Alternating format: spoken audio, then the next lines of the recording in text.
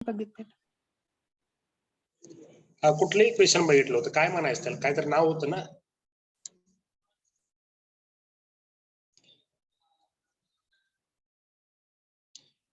काय तर नाव होतच ना त्याचं, काहीतरी कसलं तरी अॅनालॉजी म्हणून काय तर होतं बघ.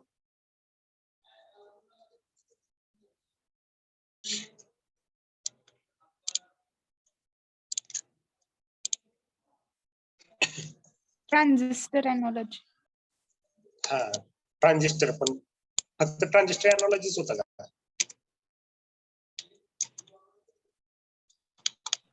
हो सर. टू ट्रान्झिस्टर अॅनालॉजी असं नाव होतं. टू ट्रान्झिस्टर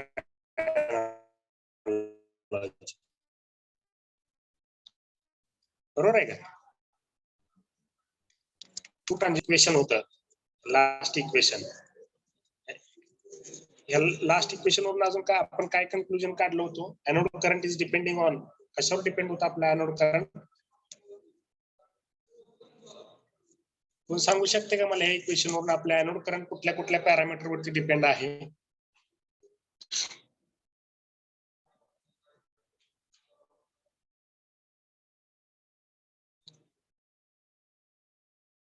काय होईल आयजी? काय आहे आयजी? म्हणजे काय आहे हा? What is mean by IG? Gate current. Gate current. हे ICBO1 काय आहे? Leakage current. Leakage current of first transistor. ICBO2 म्हणजे काय? लिकेज करंट ऑफ सेकंड ट्रान्झिस्टर. आणि हे अल्फा 1 अल्फा 2 काय आहेत? अल्फा 1 म्हणजे काय आहे?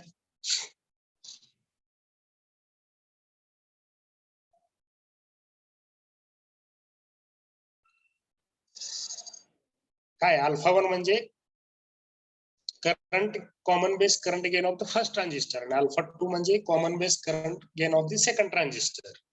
म्हणजे आपला जो काय करंट गेन आहे, आपला जो काय एनोड करंट आहे आपल्या एससीआरचा, एनोड करंट हा कुठल्या कुठल्या पॅरामीटर डिपेंड आहे? तर गेट करंट, लिकेज करंट आणि करंट गेन, 3 पॅरामीटर वरती आपला एनोड करंट डिपेंड आहे. आपण पाठीमागच्या लेक्चर बघितलं होतं, हे सगळे इक्वेशन आपण कॅल्क्युलेट करून बघितलं होतं का नाही? हो सर. ओके, त्याच्यावरून आपण ही काढलं होतं. आता नेक्स्ट पॉइंट आहे आपला type of SCR. Types of SCR, त्याच्यामधला फर्स्ट टाइप आहे LASCR.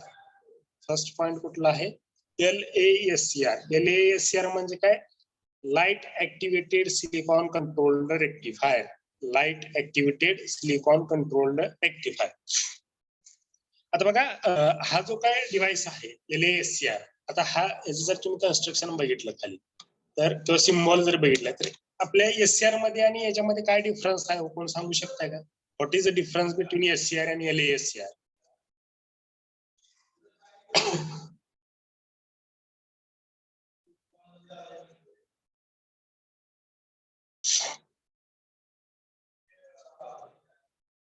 काय डिफरन्स आहे सिम्बॉल मध्ये किंवा त्याच्या कन्स्ट्रक्शन मध्ये? काय डिफरन्स आहे एससीआर मध्ये आणि LASCR मध्ये?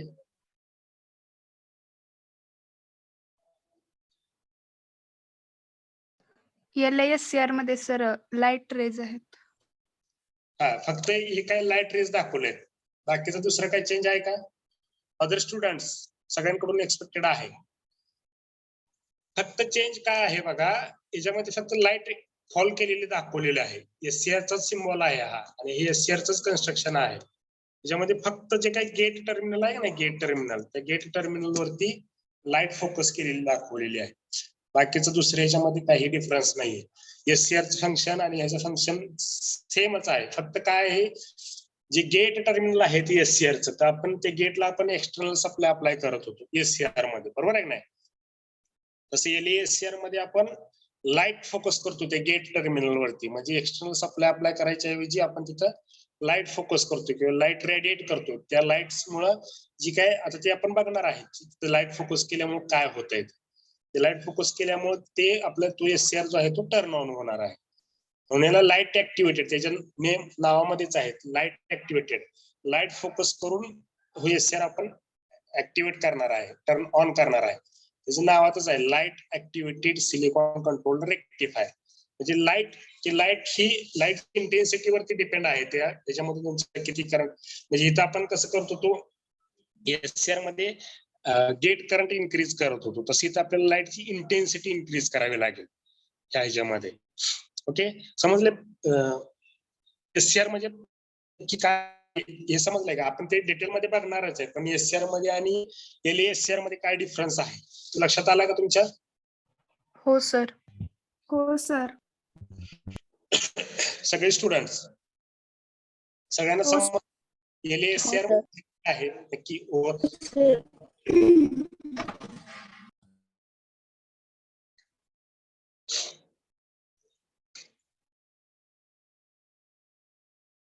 ओके, आता याचं काय आहे ते आपण वन बाय वन बघू. ओके, आता एलएससीआर म्हणजे काय बघा. It is a type of SCR, it's working is based on the light. म्हणजे एलएससीआरचं जे हे काही जे वर्किंग आहे एससीआर लाईट वरती डिपेंड आहे. It's working is based on the light वरती डिपेंड आहे. तर पुढे काय सांगितलंय, these devices is used to isolate high power and low power circuits. आता आयसोलेट करणे म्हणजे काय करणे हो, कोण सांगू शकता का? What is mean by isolate? Separate करणे. सेपरेट करणे म्हणजे एलएससीआर हा जो काही डिव्हाइस आहे तो डिव्हाइस हाय पॉवर सर्किट्स आणि लो पॉवर सर्किट्स हे दोन्हीला सर्किट सेपरेट करण्यासाठी, आयसोलेट करण्यासाठी यूज केला जातो एलएससीआर हा डिव्हाइस. नंतर काय सांगितलंय बघा, falling of light on SCR will generate the electron hole pair. जे एलएससीआर वरती तुम्ही जर लाईट फॉल केली तर तिथं काय तयार होते, तर इलेक्ट्रॉन होल पेअर जनरेट होते असं सांगितलं पाहिजे. Falling of light on LSCR will generate electron hole pairs. म्हणजे एलएससीआर वरती तुम्ही लाईट फॉल केली का, it will generate electron and hole pairs. ते कशामुळे तयार होते बघा, electron hole pairs is depending on intensity of, म्हणजे किती इलेक्ट्रॉन होल पेअर जनरेट होणार आहे ते तुमच्या इंटेन्सिटीवरती डिपेंड आहे. तुम्ही लाईटची इंटेन्सिटी मॅक्झिमम ठेवली, maximum electron holes pair generate होतील. तुम्ही लाईटची इंटेन्सिटी कमी ठेवली तर लो नंबर ऑफ, कमी नंबर तुमच्या इलेक्ट्रॉन होल्स पेअर जनरेट होतील. ओके, म्हणजे तुमचं जे काय ऑपरेशन आहे एलएससीआरचं ते लाईटच्या इंटेन्सिटीवरती डिपेंड आहे. लाईटची इंटेन्सिटी इन्क्रीज केली का तुमचं एससीआर लगेच टर्न ऑन होईल. लाईटची इंटेन्सिटी जर कमी असेल तर एससीआर टर्न ऑन व्हायला वेळ लागेल. ओके, नंतर पुढे सांगितलं, if the intensity of light exceeds a certain value, म्हणजे एक व्हॅल्यू आहे त्या व्हॅल्यूच्या पुढे जर तुमची इंटेन्सिटी इन्क्रीज झाली, म्हणजे एक प्री डिफाईन सर्टन व्हॅल्यू आहे इंटेन्सिटीची एक सर्टन व्हॅल्यू आहे, त्या व्हॅल्यू पेक्षा जर तुमची इंटेन्सिटी लाईटची इन्क्रीज झाली तर तुमचं एससीआर काय होणार आहे, ऑन होणार आहे. Okay, if intensity of light exceeds a certain value excessive holes electron sphere are generated due to the radiation and forward bias thyristor. म्हणजे काय, ते इलेक्ट्रॉन्स होल्स का जनरेट होणार आहे, due to the radiation of light, due to the radiation of light and forward bias of the thyristor SCR. आता हे कधी तयार होणार आहे बघा, एक मिनिट की फक्त मी हे करतो याला एलएससीआर थोडस स्ट्रॉंग करतो आणि तुम्हाला याच्यावरती ड्रॉ करून दाखवतो. व्हाईट बोर्ड दिसतो सगळ्यांना? हो सर. हा, ओके. आता बघा काय आहे,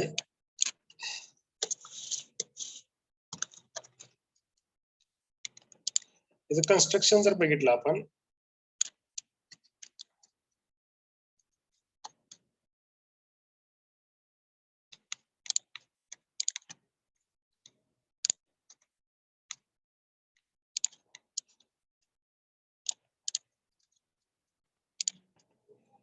जर कन्स्ट्रक्शन आपण बघितलं तर पीएनपी टाइप जंक्शन, म्हणजे जसं एससीआरचं कन्स्ट्रक्शन आहे तसं सेम याचं कन्स्ट्रक्शन आहे.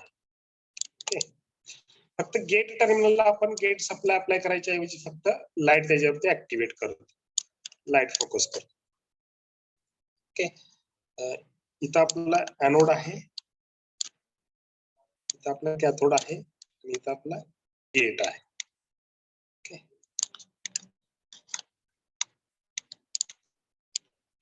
लाईट फोकस केलेली दाखवलेली आहे. इथं लाईट फोकस केलेली आहे. ही आहे तो पी टाइप मटेरियल आहे. इथं आहे ते एन आहे. एन इथं पी आहे. परत इथं एन आहे. ओके, हे टर्मिनल आहे तो वरचा एनोड आहे. आहे ते गेट आहे. Gate and this is the cathode terminal. This is the cathode terminal. असेच कन्स्ट्रक्शन आहे. ओके, आता हे इलेक्ट्रॉन्स होल स्पेअर कधी जनरेट होणार आहेत बघा. जे काही इलेक्ट्रॉन्स होल स्पेअर आहेत ते जनरेट कधी होणार आहे.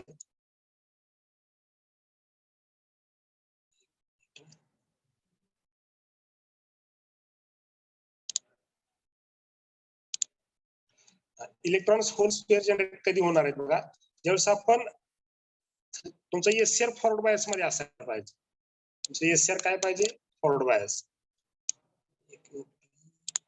दुसरं ते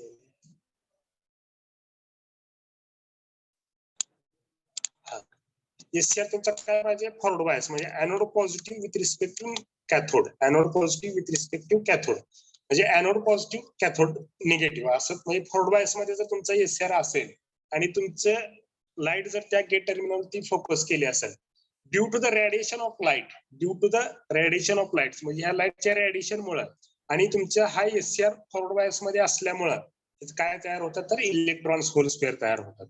समजलं? इथपर्यंत समजलाय का? हो सर. हो सर. ओके, आता बघा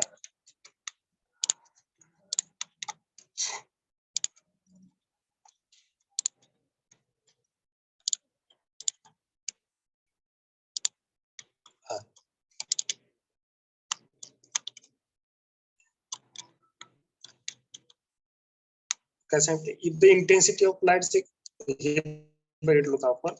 excessive whole sphere generated due to the radiation and forward bias thyristor. बघा, if the intensity of light exceeds a certain value, excessive whole electron pairs are generated due to, कशामुळे generate होते कोण सांगितले, radiations म्हणजे लाईटच्या radiations मुळे आणि forward bias thyristor.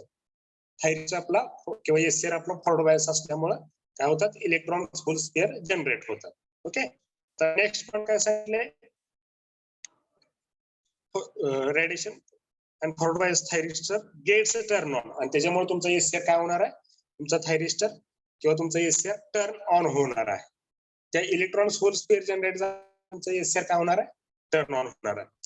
The primary use of LSCR is in the high voltage high current applications. म्हणजे हा जो काही एससीआर आहे, एलएससीआर जो आहे त्याचा प्रायमरी यूज हा कुठे केला जातो, तर हाय व्होल्टेज आणि हाय करंट ऍप्लिकेशन्स मध्ये.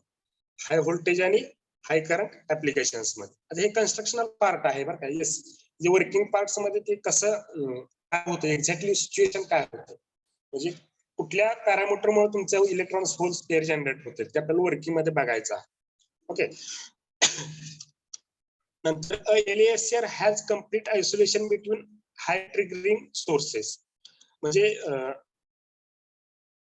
ट्रिगरिंग म्हणजे काय माहिती आहे का तुम्हाला, what is mean by triggering? No sir. Triggering आता काय असते, एखादा डिव्हाइस आपल्याला ऑन करायचा आहे, ओके, त्याला आपण अप्लाय केलेला आहे पण तरीही तो ऑन होत नसतो. त्यावेळेस आता आपला फॉर एक्झाम्पल एससीआरच घ्या. एससीआर ला आपण फक्त फॉरवर्ड सप्लाय अप्लाय करून चालतंय का? फॉरवर्ड सप्लाय जर आपण अप्लाय केला, एससीआर आपला टर्न ऑन होतोय का? नाही. मग काय करावं लागतं टर्न ऑन करायसाठी आपल्याला?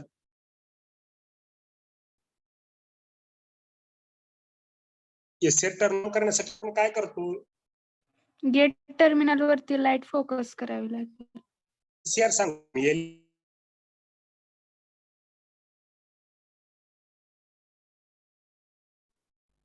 गेटला सर तुमचा आवाज येत नाही. गेट ही थर्ड टर्मिनल आहे. आवाज येत नाही, सगळ्यांना येत नाही का आवाज? सर ब्रेक होत होतात. येतोय का आवाज सगळ्यांना? हो हो सर सर. होतोय. हो सर.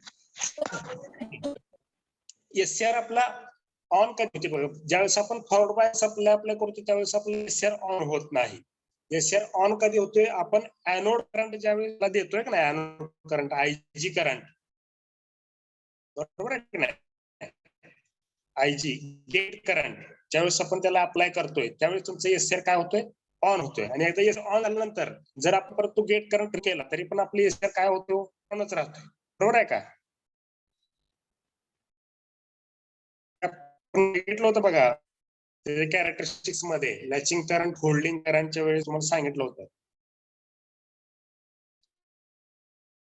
एससीआर ऑन करायसाठी आपण काय करतो, गेट करंट अप्लाय करतो.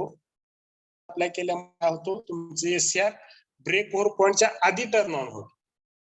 ब्रेक ओव्हर पॉईंटच्या आधी टर्न ऑन होतो. एकदा तो ऑन झाला का तो परत सिग्नल आपण गेट करंट जरी रिमूव्ह केला तरी तुमचा एससीआर टर्न ऑन मध्ये राहतो. बरोबर नाही? कधीपर्यंत, जोपर्यंत होल्डिंग करंटच्या खाली तुमचा करंट येत नाही तोपर्यंत. येते लक्षात? आपण सांगितलं होतं काय एससीआर कॅरेक्टर करताना, आठवतंय का? हो सर. हा, मग ते गेट करंट अप्लाय करतो म्हणजे काय, तर आपण ट्रिगर करत असतो. ट्रिगर करत असतो म्हणजे काय, तो डिव्हाइस फक्त ऑन होण्यापुरती एखादी पल्स आपण अप्लाय करत असतो, एखादी पल्स सिग्नल अप्लाय करत असतो, त्याला ट्रिगर म्हणायचं. एकदा तो डिव्हाइस ऑन झाला तर त्यावेळेस आपण तो ट्रिगरिंग सिग्नल जर दिला तो डिव्हाइस तो ऑन मध्येच राहतो. येते लक्षात? एखादी डिव्हाइस आपल्याला ऑन करायचा आहे, तो ऑन करण्यासाठी एखादी एक्सटर्नल पल्स रिक्वायर्ड असते, एक्सटर्नल पल्स किंवा एक्सटर्नल सिग्नल रिक्वायर्ड असतो. तो फक्त तो डिव्हाइस ऑन होण्यापुरताच आपल्याला रिक्वायर्ड असतो. तो फक्त डिव्हाइस तो ऑन होण्यापुरता, एकदा ऑन झाला परत आपण रिमूव्ह केला तरी तो डिव्हाइस ऑन मध्येच राहतो. म्हणून त्याला ट्रिगरिंग डिव्हाइस, ट्रिगर करणे म्हणायचं. ट्रिगर आले लक्षात? ट्रिगरिंग कशाला म्हणायचं? ट्रिगरिंग कशाला नक्की सांगा, का दुसऱ्या वेळेने तुम्हाला सांगू द्या, दुसऱ्या मेथडने एक्सप्लेन करू द्या.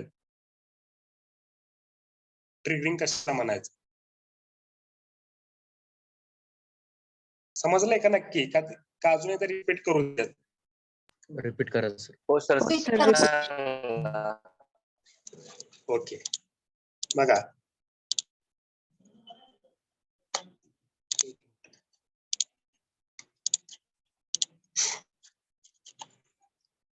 आता आपलं एससीआर आहे, बरोबर?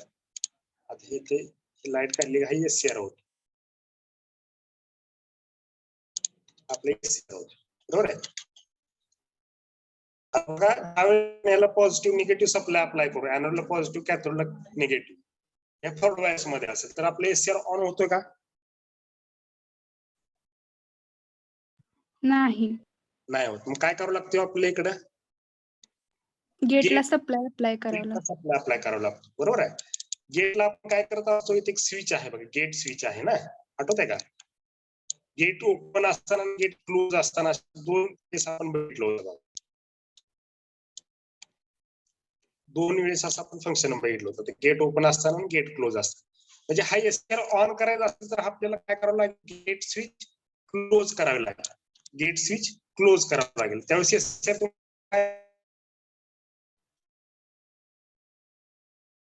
साऊंड ब्रेक होतोय. एससीआर साऊंड ब्रेक होतोय सर. एक मिनिट.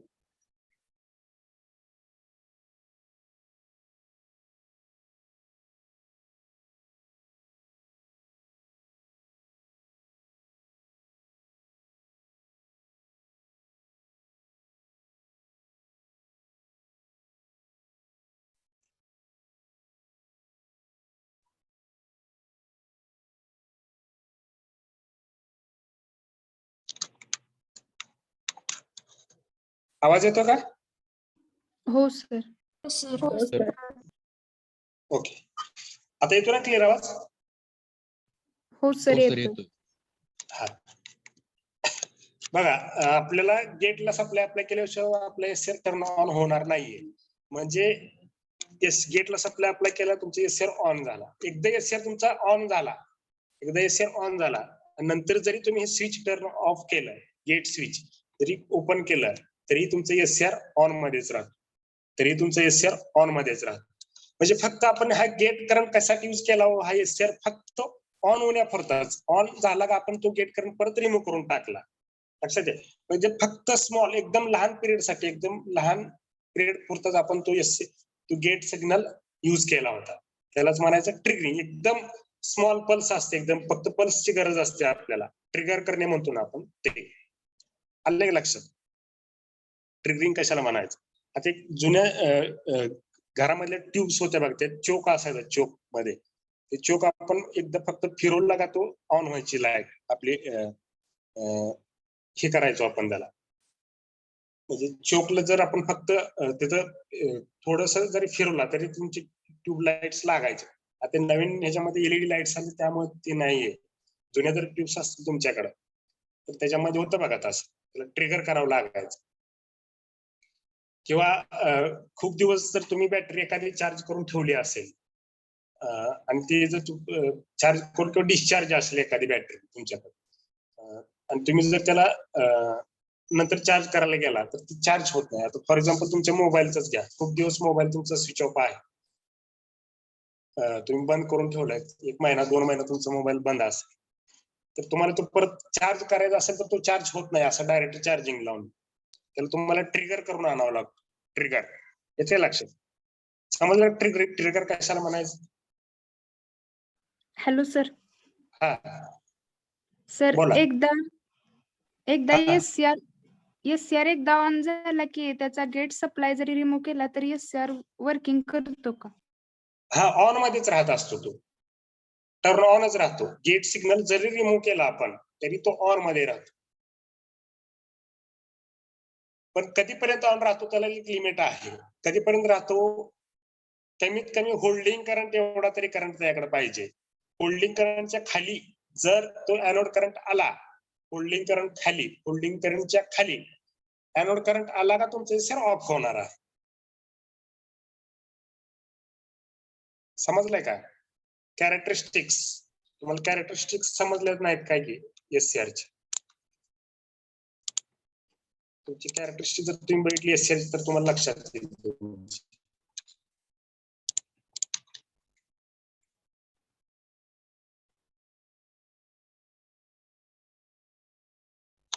एससीआर कॅरेक्टरिस्टिक्स येत आहेत का नाही?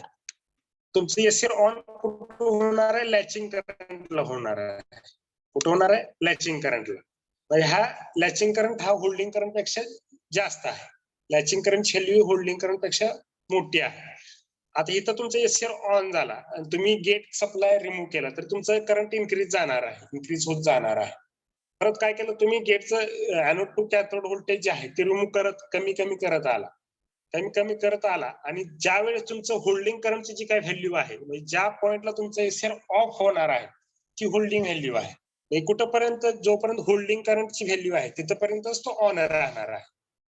लक्षात येते काय? म्हणून तर ते होल्डिंग करंट आणि लॅचिंग करंट ह्या 2 कन्सेप्ट आहेत.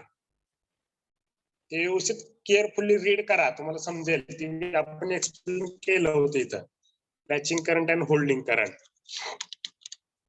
आता काय कन्सेप्ट आहे तुम्हाला सांगतो मी एक, म्हणजे एससीआर कसा ऑन राहतो. हे सगळं इरेज करू आपण.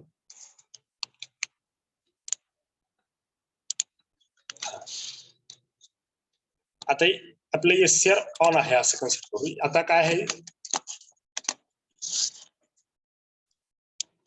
हे आपल्या कॅरेक्टरिस्टिक्स आहेत. ओके, पहिल्यांदा लिकेज करंट फ्लो होणार आहे. Break over point SCR on झाला, म्हणजे break over point SCR on झाला, व्होल्टेज इन्क्रीज झालं, करंट इन्क्रीज झाला. हा जो पॉइंट आहे ना इथं जिथं तुमचा एससीआर ऑन झाला तो असतो तो लॅचिंग करंट असतो, लॅचिंग करंट. आता एकदा एससीआर ऑन झाला ह्या पॉइंटला तर इथं तुम्ही जर रिमूव्ह केला गेट करंट तरी तुमचा एससीआर ऑनच असतो. म्हणजे जसं परत तुम्ही एनोड करंट इन्क्रीज कराल तसं तुमचा करंट इन्क्रीज होत जाणार आहे. परत तुम्ही एनोड करंट डिक्रीज करत आला, खाली डिक्रीज करत आला, लॅचिंग करंटलाही तुमचा एससीआर ऑफ होणार नाही. लॅचिंग करंटच्या खाली होल्डिंग करंटची व्हॅल्यू असते, ते होल्डिंग करंटच्या खाली जर करंट आला तर एससीआर ऑफ होणार आहे. समजला का?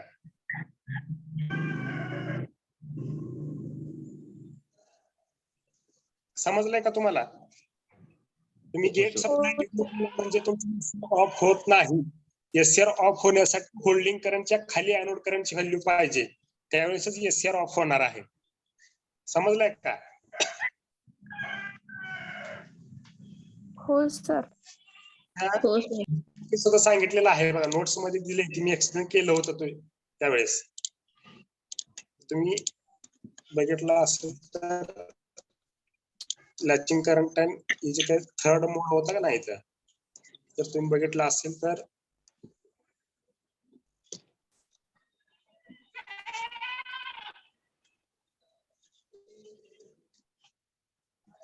कुठतरी मी तुम्हाला एक्सप्लेन केलं होतं, मला चांगलं आठवतंय ते. गेट करंट जरी तुम्ही रिमूव्ह केला, ओके, तर बघा the gate current is no longer required, म्हणजे नो लॉंगर रिक्वायर्ड. एक वेळेस तुम्हाला गेट करंट गरजेचं नाही, फक्त ऑन होण्यापुरताच गेट करंट रिक्वायर्ड आहे.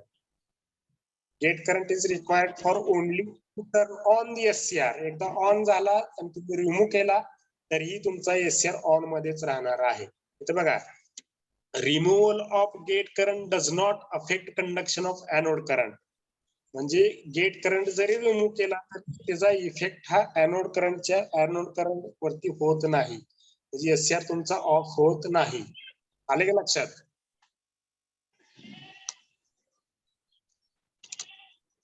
हो सर. ट्रिगरिंग म्हणजे काय? फक्त डिव्हाइस टर्न ऑन करण्यासाठी लागणारा एक्सटर्नल सप्लाय म्हणजेच ट्रिगरिंग. ओके, म्हणजे एलईएससीआर हा complete isolation between light triggering sources. Light triggering sources मध्ये आयसोलेशन प्रोव्हाइड करण्यासाठी आपल्याला एलईएससीआर ची रिक्वायरमेंट आहे. ओके,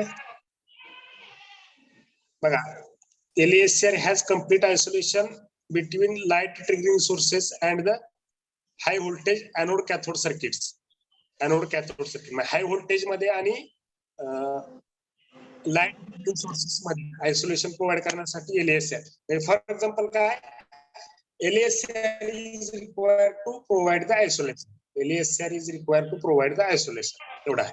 ओके, आता कोणाच तर साऊंड आहे बघा, चालू आहे. माईक टर्न चालू आहे कोणाच, बंद करा माईक.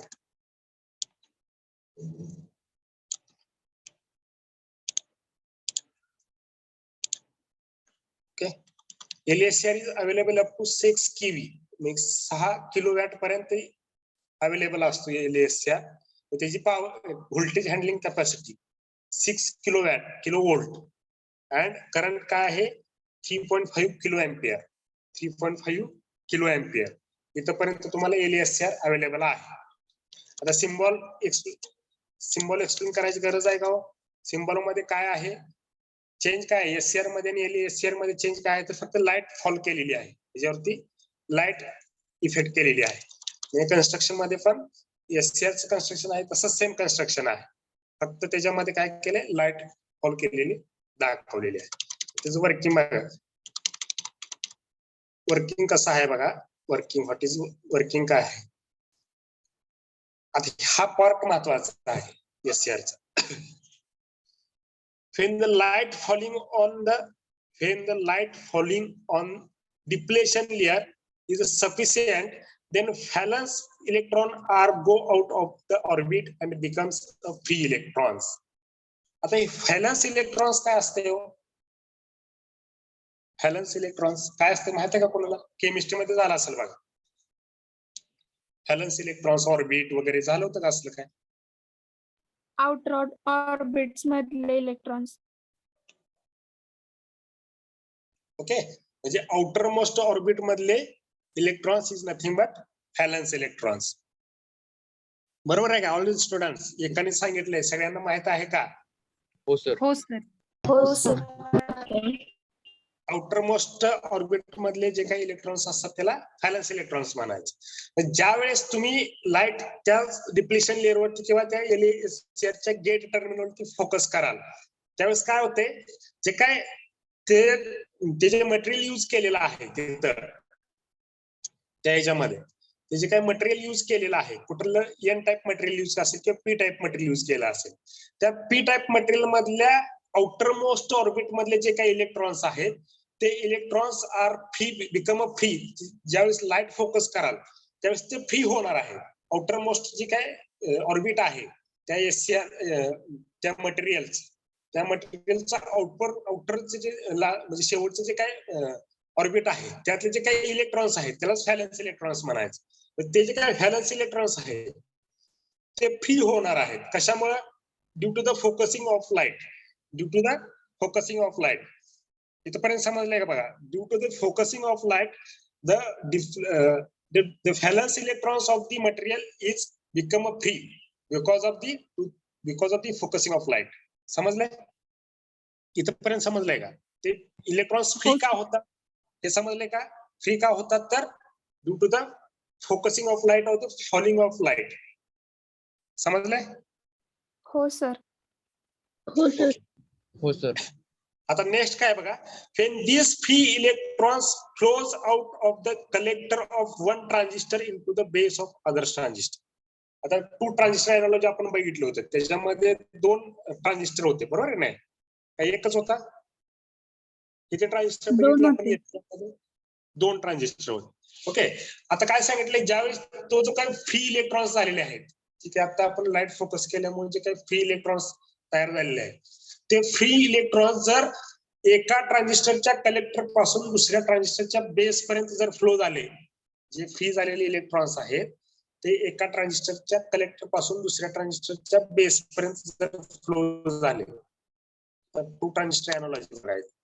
हे कलेक्टर टर्मिनल आहे फर्स्ट, ही बेस टर्मिनल आहे. म्हणजे ह्या ट्रान्झिस्टरच्या कलेक्टर पासून एक बेस पर्यंत जर फ्लो झाले फ्री इलेक्ट्रॉन्स, त्यावेळी तुमचा एसआर टर्न ऑन होणार आहे. त्यावेळी तुमचं एसआर काय होणार आहे? टर्न ऑन होणार आहे. आणि गेट टर्मिनल बघा इथंच आहे. पहिल्या ट्रान्झिस्टरचं कलेक्टर आणि दुसऱ्या ट्रान्झिस्टरचं बेस, दोन्हीचं कॉम्बिनेशन करूनच गेट टर्मिनल तयार केलेलं आहे. आपण बेसवरती जर आपण लाईट फोकस केली, बेस म्हणजे गेट वरती जर लाईट फोकस केली तर पहिल्या ट्रान्झिस्टरच्या कलेक्टर कडून दुसऱ्या ट्रान्झिस्टरच्या बेसला जर लाईट तुमचे जे काही ते इलेक्ट्रॉन्स फ्लो झाले फ्री इलेक्ट्रॉन्स, तर तुमचं एसआर काय होणार आहे? ऑन होणार आहे. तुमचं एसआर काय होणार आहे? ऑन होणार आहे. समजलं इथपर्यंत? हो सर. इथपर्यंत समजलंय? हो सर. हो sir. Base of the other पुढे काय सांगितलंय? The positive feedback start and LESR will continue to conduct even if light source is removed. आता इथं ट्रिगर सारखं आहे बघा. इथं काय सांगितलंय?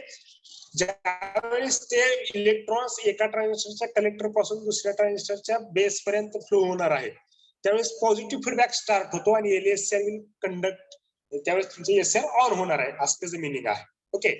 आता पुढे काय सांगितलंय? If the light source is remove, जरी त्यावेळेस तुम्ही लाईट सोर्स रिमूव्ह केला. हा बोला सर. पॉझिटिव्ह फीडबॅक एकदा सांगा. पॉझिटिव्ह फीडबॅकचे टाइप्स असतात. Positive feedback, negative feedback. म्हणजे फॉर एक्झाम्पल तुम्हाला माझ्या माहितीनुसार एलिमेंट ऑफ इलेक्ट्रॉनिक्स मध्ये नसेल खैर नव्हता, ठीक आहे. पॉझिटिव्ह फीडबॅक म्हणजे काय असतो बघा, आता तुम्हाला सांगायचं म्हटलं तर तुमच्या इलेक्ट्रिकल लेवलला जर सांगायचं म्हटलं तर पॉझिटिव्ह फीडबॅक, तर एक मिनिट हा,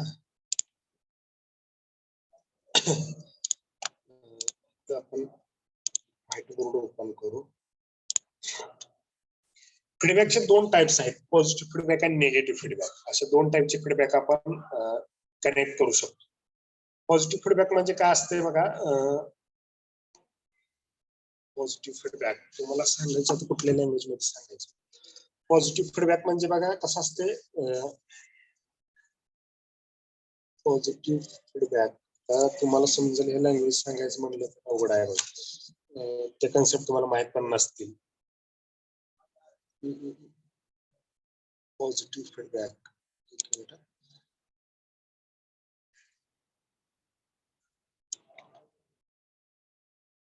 आता एक एम्प्लिफायर असतो, दुसऱ्या वेळी मी तुम्हाला सांगतो पॉझिटिव्ह फीडबॅक काय असते. हा एम्प्लिफायर असतो, त्याला फीडबॅक असतो. पॉझिटिव्ह फीडबॅक आणि निगेटिव्ह फीडबॅक काय असते तुम्हाला सांगतो. ओके, हे त्याचे इनपुट असते आणि हे फीडबॅक तुम्हाला इथून इथे कनेक्ट करायचा आहे. तुमचा मल्टिप्लायर आहे, जो तुमचा इनपुट सिग्नल, इनपुटचा सिग्नल इकडून येणारा आणि हा तुमचा ज्या ठिकाणी कॉम्बिनेशन केलं जातं असतो, हा तुमचा एम्प्लिफायर आहे, तुमचा एम्प्लिफायर आहे, हा तुमचा फीडबॅक आहे. ओके, मी काय इथं सांगतो कळतंय का बघा? कळत नसेल तरी सांगा मला की समजत नाही. असा फीडबॅक असतो. फीडबॅक म्हणजे काय असते? Output is given to input, ही त्याची फीडबॅकची डेफिनेशन आहे. Output is given to input, असं त्याचं सिंपल डेफिनेशन आहे फीडबॅकची. मी जे तुम्हाला सांगतो ते पॉझिटिव्ह फीडबॅकचं सांगतो. ओके, आता पॉझिटिव्ह फीडबॅक मध्ये काय असतं बघा, सपोज इथं अप्लाय केलेला सिग्नल हा पॉझिटिव्ह असेल. ओके, इथं अप्लाय केलेला सिग्नल पॉझिटिव्ह असेल, इथं आलेला आउटपुट जर निगेटिव्ह असेल, म्हणजे फीडबॅकचं आउटपुट निगेटिव्ह असेल. आता फॉर एक्झाम्पल सांगतो, एसी सिग्नल साठी सांगतो, मी सांगतो तर डीसी साठी सांगतो. एसी सांगितलं तुम्हाला लगे लक्षात येईल. हा इनपुटचा सिग्नल असेल, तो जर 0 डिग्री फेज शिफ्टेड सिग्नल असेल, 0 डिग्री फेज शिफ्टेड सिग्नल असेल, आणि हे फीडबॅकचं आउटपुट इथं जे आपण अप्लाय केलेला आहे, हा जर 180 डिग्री फेज शिफ्टेड असेल, 180 डिग्री फेज शिफ्टेड सिग्नल असेल, 180 डिग्री, हा 180 डिग्री. आता हे इनपुटचा सिग्नल आणि फीडबॅक सिग्नल या दोन्ही सिग्नल मध्ये चेंज आहे का नाही? आहे का? हो सर. किती डिग्रीचा चेंज आहे? 180. 180 डिग्री. चेंज आहे. जर फीडबॅक सिग्नल आणि ओरिजिनल सिग्नल, तुमचा इनपुट सिग्नल, जर त्या दोन्ही मध्ये जर चेंज असेल तर तो निगेटिव्ह फीडबॅक झाला, तर तो निगेटिव्ह फीडबॅक. आणि अप्लाय केलेला सिग्नल आणि तुमचं इनपुट सिग्नल आणि फीडबॅक सिग्नल हे दोन्ही सिग्नल जर सेम असतील तर तो झाला पॉझिटिव्ह फीडबॅक, तो झाला पॉझिटिव्ह फीडबॅक. आलं का लक्षात?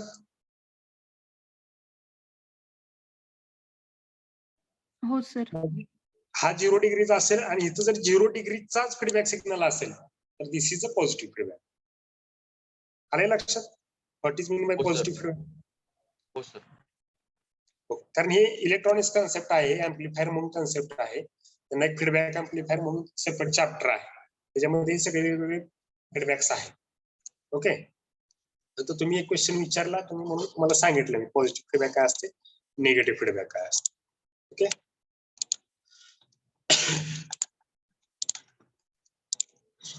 the positive feedback starts and LSR will continue to conduct. म्हणजे एससीआर तुमचा काय होणार? कंडक्ट होणार.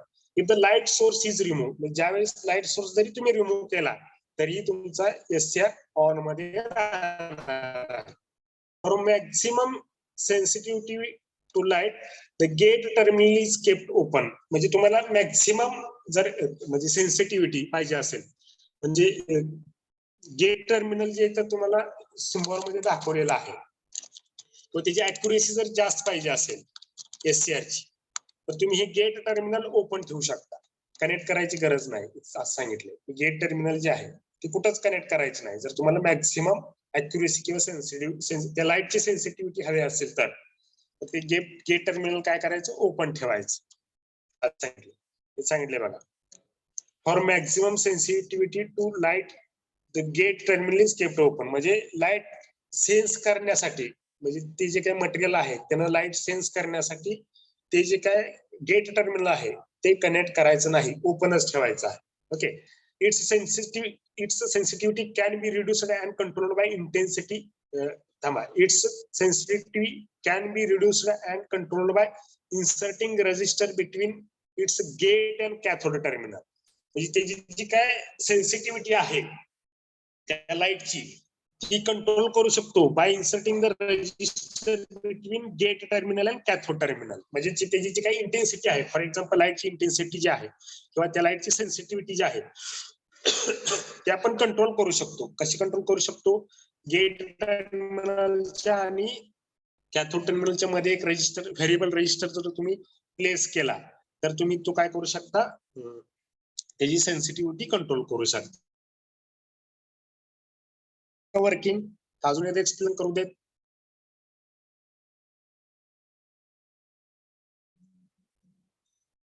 रिपीट कर सर. ओके, आता इकडं कॅरेक्टरिस्टिक्स एकदा बघा. फक्त मी तुम्हाला रिपीट करतो.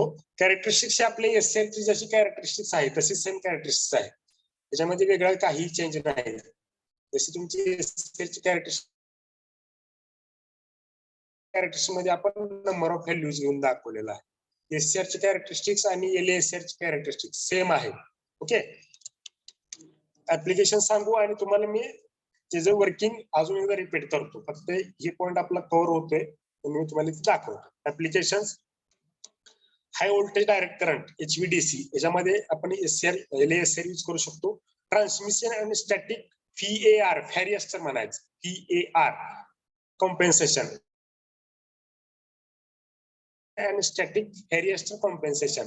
ते व्हॅरिएस्टर काय असते तर हा एक व्हॅरिएस्टर व्हेरिएबल रजिस्टर आहे. व्हेरिएबल रजिस्टर आहे. ओके, हे ऍप्लिकेशन्स आहेत एलएसआर.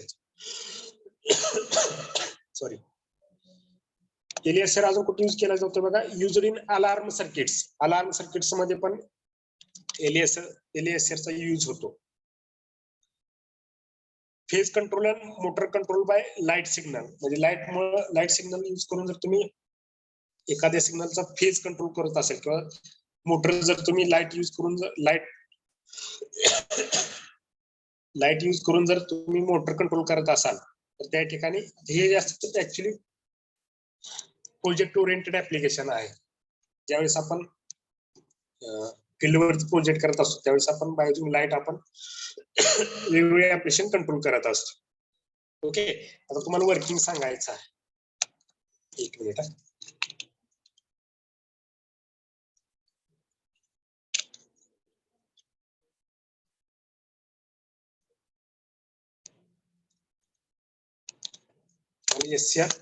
एलएसआर चं वर्किंग सांगायचं आहे. ओके, आता एलएसआर चं कन्स्ट्रक्शन अजून एकदा ड्रॉ करतो.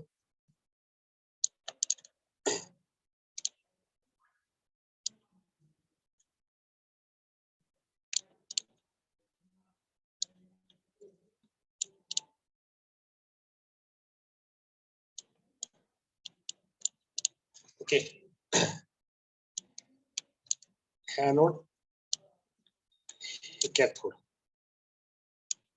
इथे गेट आहे आणि इथं काय लाईट फोकस करतोय गेट टर्मिनलच्या.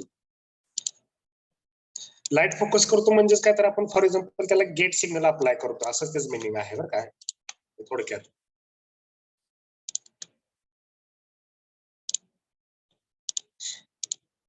इथं आहे ते P type material, N type material आहे. एन इथं आहे ते पी, परत एन. वरचं टर्मिनल कुठला आहे? वरती आहे ते एनोड. एनोड. खाली कुठला आहे? कॅथोड. ओके, आणि इकडला आहे ते गेट. आता गेटचा याच्यामध्ये यूज काहीच नाही बरं का. आपल्या याच्यामध्ये गेटचा यूज तसाही काहीच नाही. म्हणजे एलएसआर मध्ये जे गेट टर्मिनल आहे पी टाइपचं मटेरियल आहे त्याच्यावरती आपण लाईट फोकस करणार आहे. लक्षात दे का, गेट टर्मिनलचे पी टाइपचं मटेरियल आहे त्याच्यावरती लाईट फोकस केलंय. लाईट फोकस केल्यानंतर काय होतं, ह्या पी टाइप मटेरियलचं जे काय व्हॅलन्स इलेक्ट्रॉन्स आहेत, व्हॅलन्स इलेक्ट्रॉन्स म्हणजे काय, त्या मटेरियलचे जे काय लास्ट आउटर मोस्ट ऑर्बिट आहे त्याच्यामध्ये इलेक्ट्रॉन्स काय होणार, फ्री होणार आहेत, बिकम फ्री. कशामुळे होणार आहे फ्री? हा बोला सर. पी टाइप मध्ये होल्स असतात ना?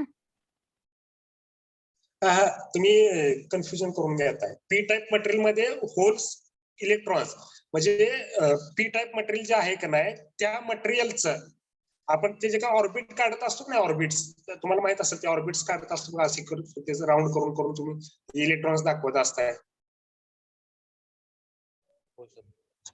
तुम्ही ते केलंय ना असं, ते केमिस्ट्री मध्ये ते कुठलं आता हे पी टाईपचं मटेरियल जे आहे का नाही हे पी टाईप मटेरियल हे कुठलेही असू शकते, सिलिकॉन असू शकते किंवा जर्मेनियम असू शकते, हे कुठलेही मटेरियल असू शकते पी टाईपचं. येते का लक्षात? पी टाईपचं मटेरियल आहे, पेंटाव्हॅलंट मटेरियल म्हणायचं त्याला पी टाईप. ठीक आहे, पी म्हणजे पॉझिटिव्ह असं नाही, त्याच्यात होल्स असतात प्रेझेंट, बरोबर आहे तुमचं. पण त्याला इलेक्ट्रॉन्स कुठून मिळणार आहेत? हे लाईट्स मध्ये काय असणार आहे तर फोटॉन्स असणार आहे. लाईट्स मध्ये काय असणार? इलेक्ट्रॉन्स होल्स पेअर जनरेट करणार आहे तिथं, इलेक्ट्रॉन्स होल्स पेअर जनरेट करणार आहे. येते का लक्षात? हे जे काय पी टाईप मटेरियल आहे म्हणजे ते जे काय गेट टर्मिनल आहे त्या गेट टर्मिनल वरती आपण लाईट फोकस केली, लाईट फोकस केल्यानंतर काय होणार आहे, त्याचं जे काय आउटर मोस्टचं जे काय कोव्हॅलन्स बँड आहे, कोव्हॅलन्स इलेक्ट्रॉन्स आहेत, आउटर मोस्ट इलेक्ट्रॉन्स ते फ्री होणार आहे. ते फ्री झाल्यामुळं ते काय होणार आहे, जर ते फ्री झालेले इलेक्ट्रॉन्स ट्रान्झिस्टरच्या एका ट्रान्झिस्टरच्या कलेक्टर पासून दुसऱ्या ट्रान्झिस्टरच्या बेस पर्यंत जर फ्लो झाले, कलेक्टर टू बेस, मी तुम्हाला ते ट्रान्झिस्टर एनालॉजी दाखवलं, कलेक्टर टू बेस जर फ्लो झाले तर तुमचा एससीआर एलएसआर त्यावेळेस काय होणार आहे, ऑन होणार आहे. लक्षात येते? हे जे काय पी म्हणतोय ना आपण, त्यात हे जे पी म्हणतो ना आपण, तुम्ही होल्स म्हणताय ते बरोबर आहे, पण पी टाईप मटेरियल मध्ये फक्त जर होल्स असतील तर ते सेमीकंडक्टर मटेरियल नसणार आहे. फक्त होल्सच प्रेझेंट असतील तर सेमीकंडक्टर मटेरियल कशाला म्हणायचं? कोण सांगू शकतं का मला? What is mean by semiconductor?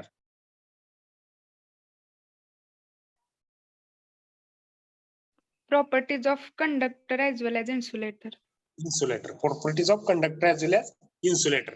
आता मला सांगा त्याच्यामध्ये दोन्हीच्याही प्रॉपर्टीज असणार आहेत, कंडक्टरच्या आणि इन्सुलेटरच्या, बरोबर आहे ना? त्या पी टाईप मध्ये काय असते, होल्सची संख्या जास्त असते, इलेक्ट्रॉनची संख्या मिनिमम असते, म्हणून तिथं पी टाईप मटेरियल म्हटलेलं आहे. लक्षात येते का? त्याच्यामध्ये फक्त होल्सच असतात असं नाही, त्याच्यामध्ये इलेक्ट्रॉन्स पण असतात, पण लेस नंबर ऑफ इलेक्ट्रॉन्स असतात, मॅक्झिमम नंबर ऑफ होल्स असतात, म्हणून हे पी टाईप मटेरियल आहे. एन टाईप मटेरियल मध्ये मिनिमम नंबर ऑफ होल्स असतात आणि मॅक्झिमम नंबर ऑफ इलेक्ट्रॉन्स असतात, म्हणून हे एन टाईप मटेरियल असतं. येते का लक्षात? हो सर. तुमचं कन्फ्युजन दूर झालं का? पी टाईप मध्ये फक्त होल्सच नसतात, त्याच्यामध्ये इलेक्ट्रॉन्स पण असतात, पण लेस नंबर ऑफ इलेक्ट्रॉन्स असतात. आले का लक्षात? हो समजले सर, का? वर्किंग समजलंय का? एलएससीआर बघा, अजून एकदा सांगतो एलएससीआरचं वर्किंग. ज्यावेळेस तुम्ही लाईट फोकस करणार आहे ह्याच्यामध्ये, त्या पी टाईप मटेरियल जे काही फॅलन्स इलेक्ट्रॉन्स आहेत, फॅलन्स इलेक्ट्रॉन्स म्हणजे त्याच्या आउटर मोस्ट शेल मधले किंवा आउटर मोस्ट ऑर्बिट मधले जे काही इलेक्ट्रॉन्स आहेत ते काय होणार आहे, तो फ्री होणार आहे, ते फ्री इलेक्ट्रॉन्स जर एका ट्रान्झिस्टरच्या कलेक्टर पासून दुसऱ्या ट्रान्झिस्टरच्या बेस पर्यंत जर फ्लो झाले तर ते काय होणार, पॉझिटिव्ह फीडबॅक. ते पॉझिटिव्ह फीडबॅक स्टार्ट होणार आहे. पॉझिटिव्ह फीडबॅक स्टार्ट झाल्यामुळे तुमचा एनोड करंट फ्लो होणार आहे. एनोड करंट फ्लो झाल्यामुळे एससीआर ऑन होणार आहे. आलं का लक्षात? Collector to base electron flow झाल्यामुळे पॉझिटिव्ह फीडबॅक स्टार्ट होणार आहे. पॉझिटिव्ह फीडबॅक स्टार्ट झाल्यामुळे तुमचं एससीआर ऑन होणार आहे. एवढंच आहे. आणि पुढे जे काय सांगितलेलं आहे ते काय सिलेक्टिव्हिटी आहे, सेन्सिटिव्हिटी, ह्या लाईटची सेन्सिटिव्हिटी जी आहे, जर तुम्हाला मॅक्झिमम पाहिजे असेल तर हे गेट टर्मिनल ओपन ठेवायचं आहे. आणि ती जर सेन्सिटिव्हिटी तुम्हाला कंट्रोल करायची असेल, मिनिमाय ती सेन्सिटिव्हिटी इन्क्रीज करायची असेल, डिक्रीज करायची असेल, तर तुम्ही ह्या गेट मध्ये आणि ह्या कॅथोड मध्ये या दोन्हीच्या मध्ये जर रेजिस्टर प्लेस केला, व्हेरिएबल रेजिस्टर, जर या व्हेरिएबल रेजिस्टर प्लेस केला तर तुम्ही ह्या रेजिस्टरची व्हॅल्यू व्हॅरी करून तुम्ही ह्या लाईटची सेन्सिटिव्हिटी चेंज करू शकता, कंट्रोल करू शकता. समजले?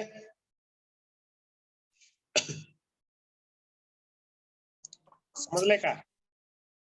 हो सर. हो सर. ऑल स्टुडंट्स सगळ्यांना समजलंय का? हो सर. ओके, ठीक आहे. आपण नेक्स्ट, हा बोला. एन टाइप मध्ये कोणते इलेक्ट्रॉन्स असतात? अरे इलेक्ट्रॉन्स आणि होल्स ह्या दोन गोष्टी आहेत आपल्या ह्याच्यामध्ये. त्या दोन्ही ज्यावेळेस एकमेकांचे एकत्रित येतील त्यावेळेस तो करंट फ्लो होत असतो. त्यावेळेस एन टाईप मध्ये एन टाईप मटेरियल मध्ये इलेक्ट्रॉन्सची संख्या जास्त असते, होल्सची संख्या कमी असते. त्या इलेक्ट्रॉन्स मध्ये टाईप नसतात.